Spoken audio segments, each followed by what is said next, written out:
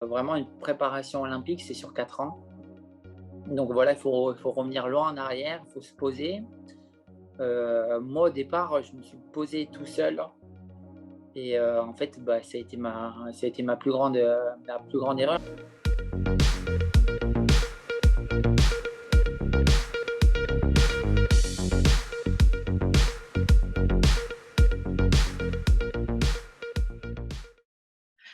Bonjour, ravie de faire cette interview après une petite période d'absence et d'autant plus ravie que l'invité d'aujourd'hui est très bien placé pour partager les clés de la motivation et l'énergie. Champion du monde en 2017, médaille olympique, le plus jeune de la délégation française au JO 2016 à Rio, tout fraîchement médaillé d'or sur le relais mix. Ce sont quelques titres d'un parcours exceptionnel.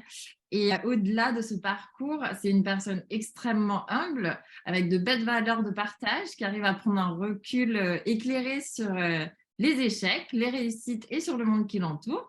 Donc, je suis ravie d'accueillir Marc-Antoine Olivier. Bonjour. Salut! Du coup, je viens de te présenter en quelques mots. Marc-Antoine Olivier, le sportif reconnu. Comment, toi, est-ce que tu te décrirais la personne que tu es et ton histoire? Bah, en fait, j'ai eu plusieurs périodes, parce que, bah, bien sûr, j'ai commencé assez tôt mon sport, mais là, plus, bah, je vais pas dire que je suis sur la fin de ma carrière, j'espère que ça durera encore longtemps, mais là, je suis plus dans la période de sportif de haut niveau, mais aussi d'ambassadeur pour ma discipline. Parce que je pense que je suis arrivé à un âge où on a besoin de motiver, les jeunes générations, surtout avec une période de covid qui a été très compliquée et ça a quand même mis à l'arrêt, chez les jeunes le sport pendant 1 an et demi. Nous, on a eu de la chance en tant que sportifs de haut niveau à avoir des dérogations pour continuer le sport, donc on a arrêté, 4-5 mois de souvenirs. Mais je veux dire, les jeunes, ils ont dû arrêter une activité sportive, que ça soit dans les associations, dans différents quelles que soient les activités, même à l'école. Ça a été long cette période, donc maintenant je pense que il faut redonner envie aux jeunes de se remettre au sport et de montrer que le sport, c'est une belle école de la vie et voilà, c'est plus là mon rôle, je pense en ce moment que j'avais par exemple avant quand j'étais plus jeune. Et encore une fois, ce sont des belles valeurs de partage. Je sais à quel point pour toi, c'est important de promouvoir l'eau libre parce que c'est pas une discipline qui est très connue et que tu as justement réussi à mettre en lumière après les JO de Rio. Mais là, ce que j'entends, c'est que de façon plus générale, tu aimerais vraiment revaloriser le sport. Quels sont les points les plus importants pour toi qu'on apprend et surtout dans le sport de haut niveau? Bah, moi, en fait, moi, ça m'a tout appris le sport parce que, pour remettre un peu dans le contexte, je suis parti à l'âge de 15 ans chez moi. Donc j'ai quitté le cocon familial, mais après j'ai eu en gros cette demi-mesure parce que j'étais à Rouen, donc les week-ends, je revenais chez moi. Donc je suis pas parti non plus d'un seul coup. J'ai eu cette chance d'être pas non plus très loin de chez moi. Donc moi, je suis du Nord. Rouen, c'est en Normandie. Donc j'étais la semaine, en semaine à internat et le week-end, je revenais chez moi et après, par contre, je suis parti complètement dans le sud quand, j'ai rejoint, Philippe Lucas à Narbonne et là, en fait, ça m'a tout appris parce que j'ai dû prendre un appartement. Je pouvais plus être en internat. Donc j'ai dû apprendre à me faire à manger, à faire les courses, à faire la lessive, à faire le repassage. Donc voilà, ça m'a appris ça et puis aussi ce qui m'a appris le sport, c'est, quelque chose, bah, plus les entreprises recherchent, c'est, en fait, avoir, ce qu'on appelle, des targets, mais je vais revenir sur le nom, des objectifs, pardon. Des objectifs qui sont que, bah, c'est plus ou moins à courte ou longue durée et ça, en tant que sportif de haut niveau, tu apprends à les gérer. Tu apprends à gérer la pression, tu apprends à gérer ces périodes-là pour, les remplir, au mieux possible et ça, c'est quelque chose qui te sert au quotidien après, que ça soit pendant ta période, de sportif de haut niveau et même encore après. Oui, complètement. Et je pense que les entreprises s'en rendent de plus en plus compte. Je sais qu'à un certain moment, c'était assez difficile de faire une reconversion après le sport de haut niveau, où il fallait s'être préparé en amont, avoir fait des études. Et de plus en plus, je pense que les entreprises recherchent ce qu'on appelle les soft skills, pas forcément voilà, ce qu'on a appris, on va dire, de façon plus théorique, mais vraiment la motivation et le fait de pouvoir apprendre et de s'adapter à différents environnements. Donc ça, c'est vraiment important. Tu parlais justement de savoir gérer les objectifs. Comment tu arrives à te relever après un objectif manqué? Bah, moi, j'en ai vécu il y a pas très longtemps, il y a 1 an et demi après les Jeux de Tokyo. Parce que, bah, on va remettre à nouveau dans le contexte, ça faisait 6 ans que j'étais, au niveau international, chez les seniors. 6 ans que je montais à chaque année sur un podium au niveau international. Donc quand vous êtes, sur un podium international, vous êtes quand même dans les meilleurs mondiaux et là, aux Jeux olympiques, c'est la compétition majeure, c'est vraiment celle qui met le plus en valeur notre discipline, sachant que j'avais fait une médaille déjà à Rio en 2016. En 2021, tous les feux étaient au vert pour que je fasse un podium et je finis 6e, même si c'est pas un mauvais résultat en soi, mais c'est quand même un échec parce que, j'étais quand même dans les favoris pour la victoire. Donc déjà avoir ce premier échec de ne pas remporter le titre et de ne pas faire en plus de podium, bah, c'est une remise, en question sur, bah, où je m'entraînais, qu'est-ce que j'ai fait dans l'année pour que, bah, j'arrive, à cette, échéance et que je ne sois pas au niveau? Est-ce que j'avais le niveau? Voilà, c'est une remise en question de tout ce que vous avez fait en amont, parce que, une préparation pour les Jeux olympiques, c'est sur 4 ans. Même si chaque année on a des championnats internationaux, que ce soit championnat d'Europe ou championnat du monde, même si ça a marché, vraiment une préparation olympique, c'est sur 4 ans. Donc voilà, il faut revenir loin en arrière, il faut se poser. Moi, au départ, je me suis posé tout seul et en fait, bah, ça a été ma plus grande erreur parce que en fait, je me remettais en question moi-même et pas ce qui était autour.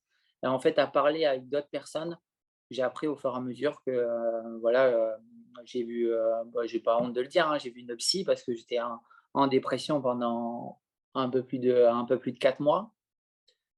Parce que, bah, en plus de ça, quand vous avez un échec, malheureusement, moi j'ai perdu des partenaires, donc moins de revenus au niveau financier, donc vous ne pouvez pas faire forcément ce que vous voulez en termes de préparation. Faut dire: «Est-ce que vous avez le niveau?» Se dire: «Est-ce que j'ai encore envie de nager?» Voilà, c'est toutes des questions comme ça où quand vous le posez de vous-même et que vous en parlez pas à quelqu'un autre qui est soit dans le sport ou même, ce qui est, familial ou ami, bah, c'est vrai que vous pouvez vite tomber dans un cercle vicieux et vraiment être, comme dire, au fond du puits. Mais en fait, à en parler à d'autres personnes, bah, vous comprenez plus, certaines étapes que peut-être qui ont été et pas été et c'est comme ça que ça m'a permis de rebondir. Donc moi, j'ai eu la chance de changer de structure, de rebondir dans une structure, même si c'était à l'étranger. Ça aussi, ça a été très dur de partir de mon pays, mais voilà, c'est une aventure qui m'a fait grandir et mais franchement, je pense que le conseil que je donnerais, c'est, vraiment s'entourer des bonnes personnes et de pas avoir, honte de dire que quand ça va pas et d'en parler, quoi. Parce que, on est plus fort on est plus fort à plusieurs et voilà, c'est plus simple, je pense, pour trouver des solutions. Et je pense que c'est d'autant plus courageux de l'avouer et de partir sur des bonnes bases et de pouvoir apprendre parce que tout le monde passe par des échecs. Et je pense que même Michael Phelps, que tout le monde connaît, a une phase où il allait pas bien après avoir battu le nombre de médailles au JO au total. Enfin, c'est un des plus grands athlètes et sportifs de tous les temps. Et même lui, il a eu énormément de mal à surmonter que ce soit en fait la victoire ou des objectifs manqués.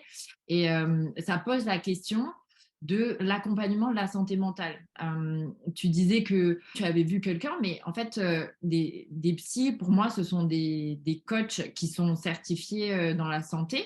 Et c'est vrai que jusqu'à présent, beaucoup de gens avaient du mal à l'avouer. On percevait ça comme quelque chose qui n'allait pas chez nous. Or, ben, ce sont des gens qui sont capables de nous aider, tout comme des entraîneurs sont là pour nous aider sur le physique. Les psys peuvent être là pour nous aider sur le côté mental. Quelle est ta perception de l'accompagnement qu'on peut avoir dans un sport comme ça? Sachant que moi, je me souviens que mon entraîneur de natation disait que 80%, je pense que c'est un peu exagéré, mais une fois qu'on est à la compétition, 80% de la course se joue à la chambre d'appel. C'est vraiment le mental juste avant la course. Ouais, le mental, ça joue énormément. Surtout nous, si on est sur un sport, ma course olympique, elle dure 2 heures. Donc si vous êtes pas prêt là-haut, mentalement à déjà faire un effort de 2 heures et puis d'avoir aussi un plan tactique parce que, mine de rien, on n'est pas comme en piscine tout seul dans son couloir, vous nagez avec du monde. Oui, il y a c'est un peu dans le même genre que le Tour de France, donc il y a des effets d'aspiration, il peut y avoir des échappées, il peut y avoir des cassures. Donc, en fait, si là-haut vous êtes pas prêt à, bah, en vrai, à toute éventualité, bah, c'est sûr vous ferez pas une bonne course et c'est pour ça qu'on dit qu'on est une discipline où on est fort vers, 28-29 ans parce qu'il faut tellement d'expérience en amont pour, vraiment, avoir des solutions à tout type de course et c'est ça aussi que j'aime dans ma discipline, c'est qu'il y a vraiment cet aspect, tactique mais, c'est vrai que mentalement, si vous n'êtes pas prêt, là-haut, comme j'ai dit, à faire un effort ou vraiment, à vous dire qu'il va y avoir une période où vous allez être un peu dans le dur ou une période où vous allez être très bien, mais après il va se passer des choses que vous avez peut-être pas prévues, bah, il faut vite trouver une solution pour aller chercher les victoires, donc c'est ça qui est intéressant. Je me rappelle quand tu nous avais parlé des méduses.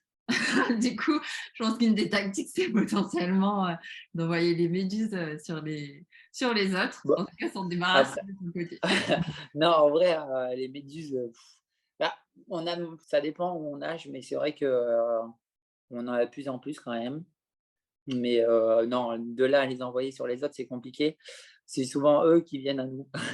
Mais non, non, mais il y a pas que ça. Après, on voit des belles choses. En Olimont, on voit des tortues, on peut voir des dauphins, voilà des choses très, très agréables à voir. Ouais, ça doit être tellement magnifique. Je pense que c'est une expérience. En fait, au-delà du sport de haut niveau et de la performance, j'ai l'impression que tu apprécies vraiment le sport pour la beauté qu'il apporte et pour la passion que tu as. Ouais, ouais, bah, complètement. Bah, après, nous, on a de la chance que nos coupes du monde sont dans des endroits paradisiaques. On peut aller faire des coupes du monde aux Seychelles. J'ai fait en Nouvelle-Calédonie, j'ai fait en Martinique. Je veux dire, c'est pas des lieux où, bah, il est pas agréable de nager, on voit le fond à plus de 15 mètres de profondeur, on voit des choses magnifiques. Donc, c'est sûr que quand on voyage et en plus de faire une discipline qu'on aime, mais dans des lieux qui sont quand même, incroyables, c'est sûr que c'est un gros bonus. Surtout qu'en amont de la compétition, on va repérer le parcours et quand on repère le parcours, bah, bien sûr, on en profite pour voir ce qu'il y a dans l'eau et des fois, ça peut être vraiment des incroyables, rencontres, quoi. Et bah, du coup, tu en parlais un petit peu. La vie d'un sportif de haut niveau, elle est quand même assez particulière parce que c'est non seulement ton métier, mais c'est vraiment un mode de vie. Qu'est-ce qui te plaît le plus?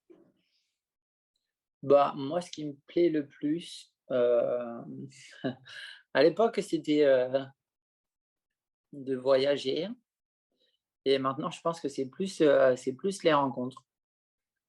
C'est plus les rencontres parce que, en fait, vous pourrez remarquer que, bah, chacun a une voie, une destinée et que ça soit dans le monde du sport ou même, le monde du travail ou encore dans les études, on a tous des visions différentes et je trouve que c'est important d'en discuter, d'en parler parce qu'il y a bien sûr, il y a du mauvais, mais il y a aussi du très bon à prendre de chacun et je pense que, même des fois, moi, pour évoluer dans mon sport, bah, des fois, je peux prendre sur des prépas qu'un étudiant, fait.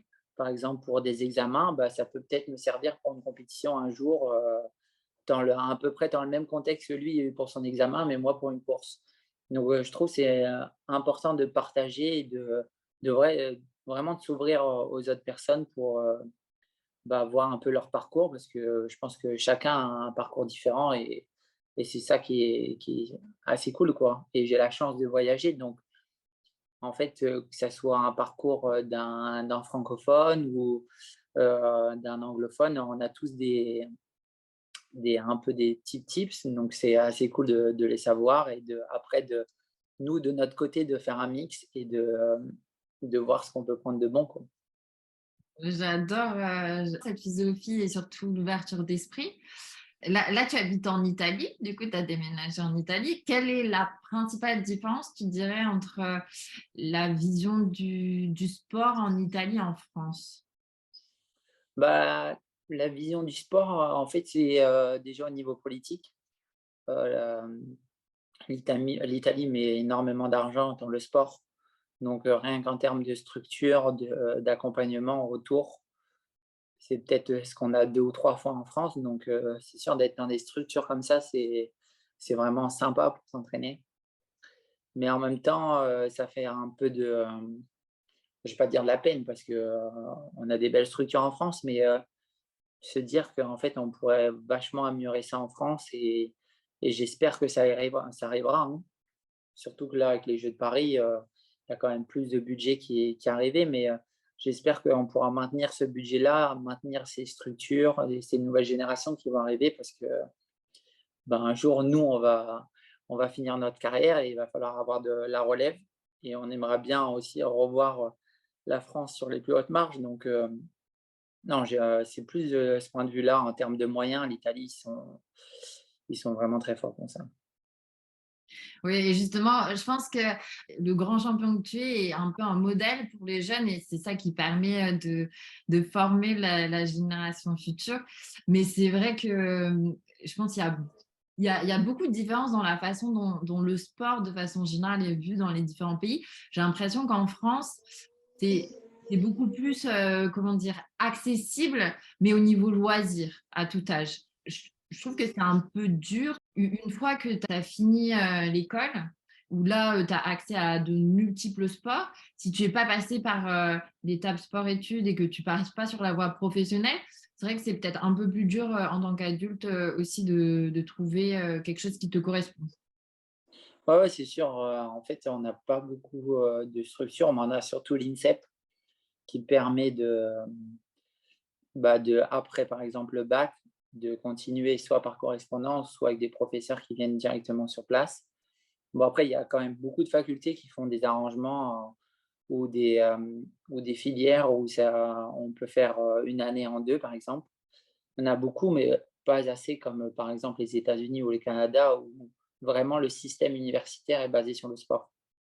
Donc de toute façon, on n'arrivera jamais à une économie, comme ça en France, mais au moins peut-être, créer un peu plus de structure où, qu'on ne soit pas obligé de faire un choix après le bac, comme moi j'ai pu le faire, de soit faire ton sport ou soit faire des études et continuer à faire les 2 parce que c'est important aussi, quoi.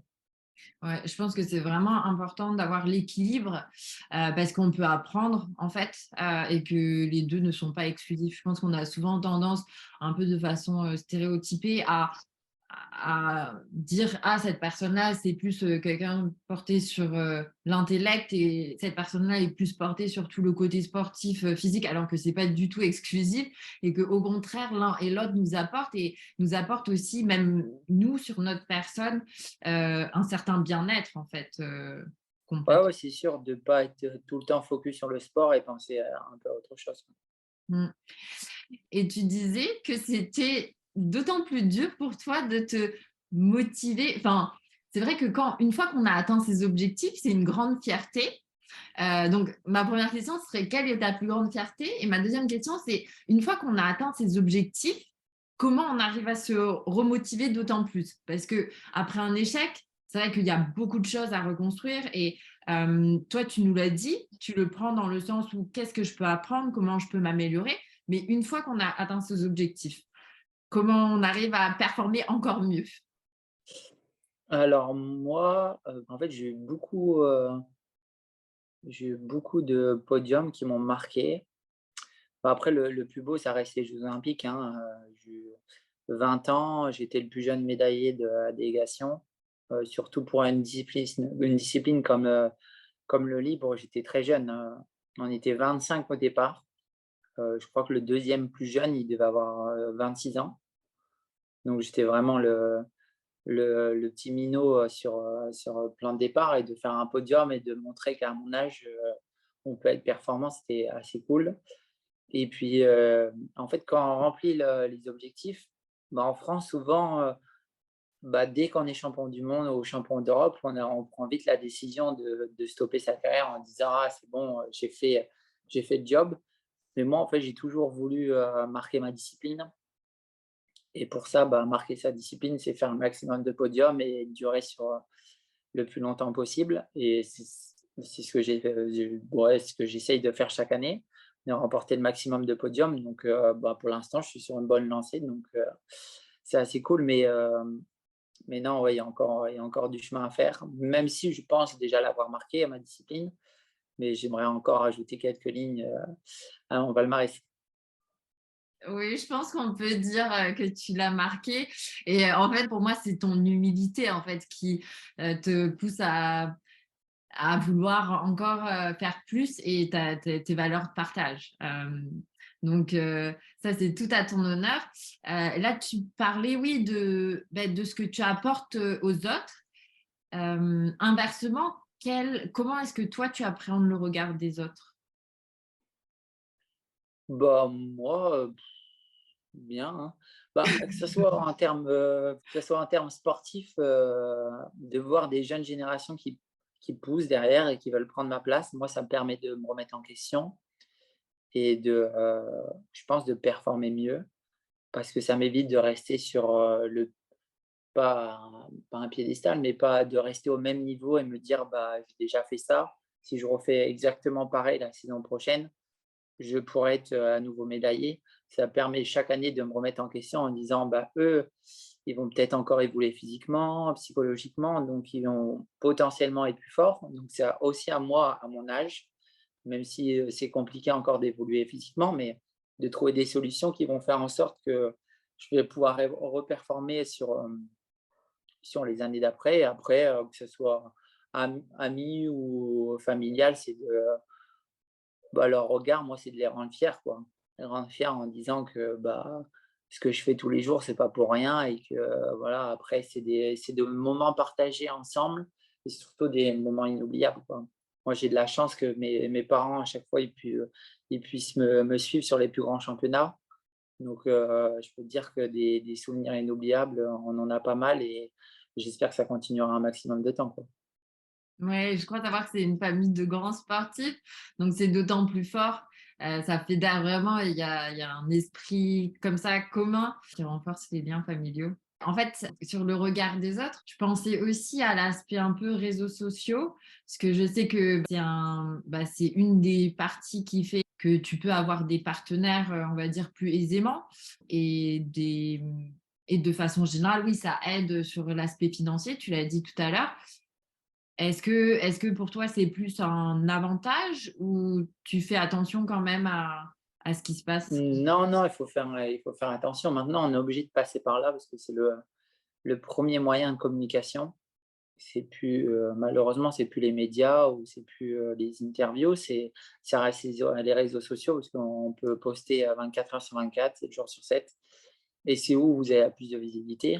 Je pense que maintenant tout le monde a un smartphone avec au moins une application d'un réseau social, donc ça reste le premier moyen de communication et le premier moyen aussi pour passer des messages. Donc non, bien sûr, il faut faire attention à son image sur les réseaux sociaux. Et heu et puis, ouais, en fait, on a un peu un rôle d'influenceur, mine de rien, même si on est sportif de haut niveau, on est influenceur parce qu'on influence sur notre communauté. Donc, non, il faut vraiment faire attention à ce qu'on met, parce que, bah, il y a des jeunes, des très jeunes qui nous regardent, et je pense qu'ils veulent nous ressembler. Donc, il faut faire passer les bons messages, et bah, montrer que le sport, c'est quelque chose de bien, et bah, j'espère qu'un jour prendront notre place, quoi. C'est Oui, ce que on je leur souhaite. espère, pas tout de suite, pas Pas avant tout de suite, les toi. JO Il de me laisse encore une Limoges. dizaine d'années. Et si tu avais un conseil à donner à ton plus jeune toi, quel serait-il? Heu, heu, Franchement, ne jamais abandonner, pas écouter les mauvaises personnes et travailler dur, parce que le travail paye toujours. C'est bête, c'est peut-être bateau, mais le travail paye toujours. Ça soit au niveau sportif ou même dans la vie, bah, même si ça paye plus au niveau sportif à un moment, bah, dans votre vie, vous direz que j'ai tellement bossé à, bah, un certain stade que, bah, tout, tout se pas je vais pas dire tout sera acquis, mais rien n'est insurmontable, quoi. Avec du travail, on peut tout réussir, il faut juste se donner les moyens. Eh bien, encore merci d'être un aussi beau modèle de sportif et de bosseur pour les jeunes et pour tout un chacun, en fait, pas que les jeunes, parce que même nous, même les plus âgés, peuvent apprendre. Et tout ce qu'on peut te souhaiter, c'est tout le meilleur pour les JO de Paris, bien sûr, où tu vas représenter le pays et, euh, et dans ta vie de façon générale. Bah, merci beaucoup.